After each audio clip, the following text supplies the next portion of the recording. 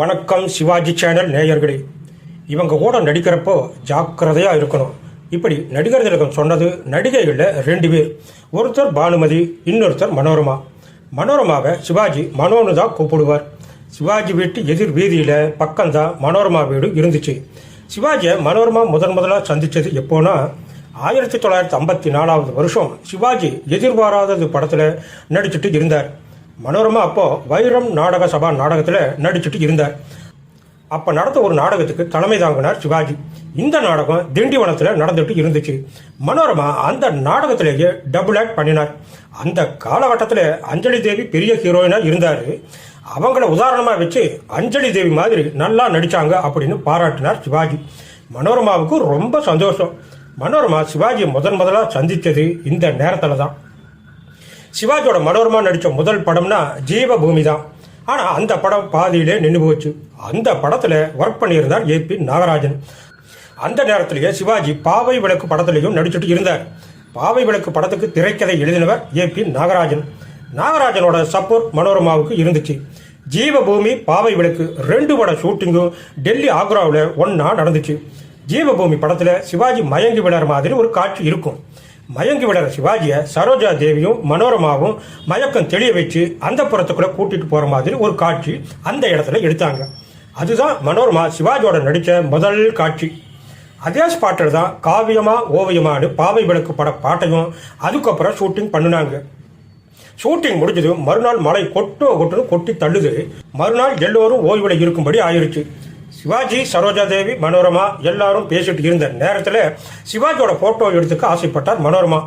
அந்த இடத்துலையும் மனோரமாவை பார்த்து நீங்கள் ரொம்ப நல்லா நடிக்கிறீங்க அப்படின்னு பாராட்டினார் சிவாஜி. எல்லார் முன்னாடியும் சிவாஜி பாராட்டுனதில் மனோரமாவுக்கு ரொம்பவே சந்தோஷம்.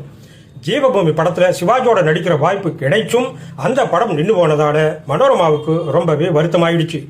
மனோரமாவோட வருத்தம் தெரிஞ்ச நாகராஜன் அவரோட வடிவுக்கு வளைகாப்பு படத்தில் நடிக்க சான்ஸ் கொடுத்தார். அதில் இருந்து நாகராஜன் எடுத்த எல்லா படங்களையும், சிவாஜி படங்களையும் மனோரமா நடிக்க ஏபி நாகராஜன் சான்ஸ் கொடுத்தார். மனோரமா அத்தனை படத்தில் நடிச்சிருந்தாலும் அந்த தில்லானா மோகனாம்பாள் ஜில் ரமாமணி கேரக்டர் மட்டும் அவரால் மறக்க முடியாத கேரக்டராக பண்ணிருச்சு. இதுக்கும் ஆரம்பத்தில் அந்த படத்தில் நடிக்க மறுத்தவர் தான் மனோரமா. சிவாஜி, பத்மினி, பாலையா, நம்பியார், நாகேஷ், இன்னும் நிறைய பேர் இருக்காங்க. எல்லோருமே பெரிய ஆளுங்க.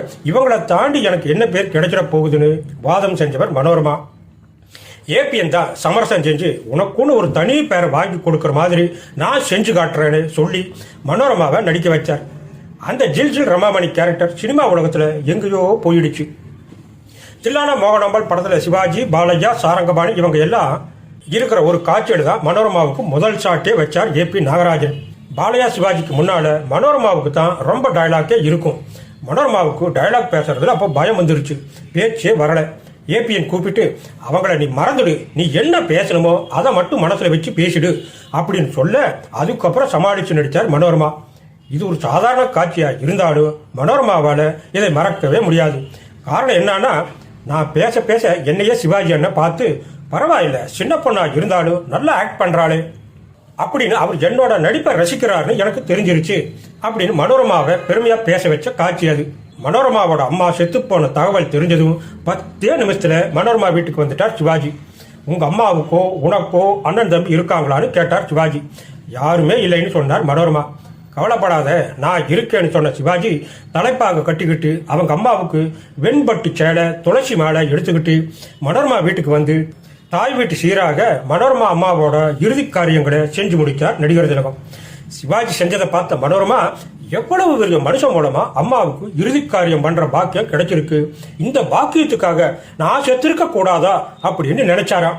இந்த விஷயத்துல அம்மா மேலேயே பொறாம வந்துருச்சு எனக்குன்னு இதை பத்தி சொல்லியிருக்கார் மனோரமா.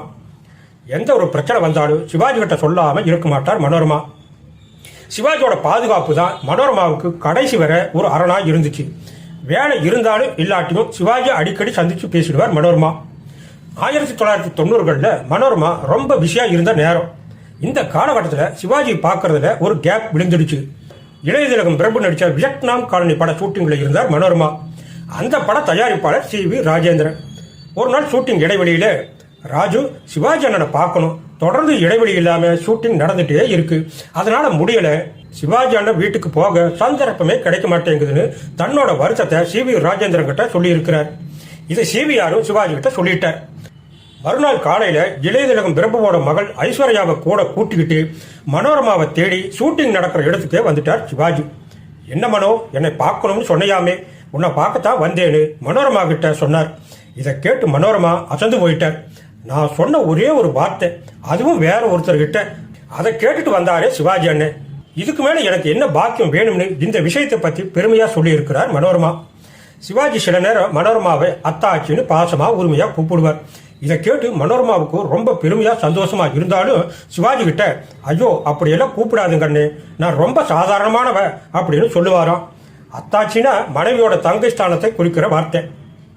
சிவாஜி வீட்டுக்கு மனோரமா ஒரு சமயம் போயிருந்தப்போ கமலாம்மா சிவாஜி கிட்ட, மாமா யாரோ மதுரை பாஷை பேசி நடிச்சாங்க, இப்ப ஒரு படத்துல மனசுலயே நிக்கல அப்படின்னு சொல்லியிருக்காங்க.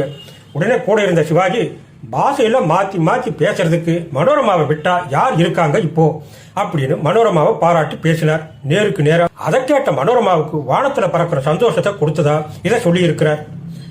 மனுஷன் அப்படின்னு ஒரு டிவி சீரியல நடிச்சுட்டு இருந்தார் மனோரமா. அப்பதான் அந்த கேட்கக்கூடாத செய்தி வருது, சிவாஜி காலமாயிட்டார்னு. போட்ட மேக்கப்பை கூட கலைக்காம அப்படியே சிவாஜி வீட்டுக்கு ஓடி வந்துட்டார். கதறி துடிச்சார். அந்த இறுதி ஊர்வலம் என் நெஞ்சை விட்டு மறையவே இல்லை. அவர் மாதிரி என பாசமா நடத்தின கலைஞர் யாருமே இல்லைன்னு உருக்குமா சொன்னவர் மனோரமா.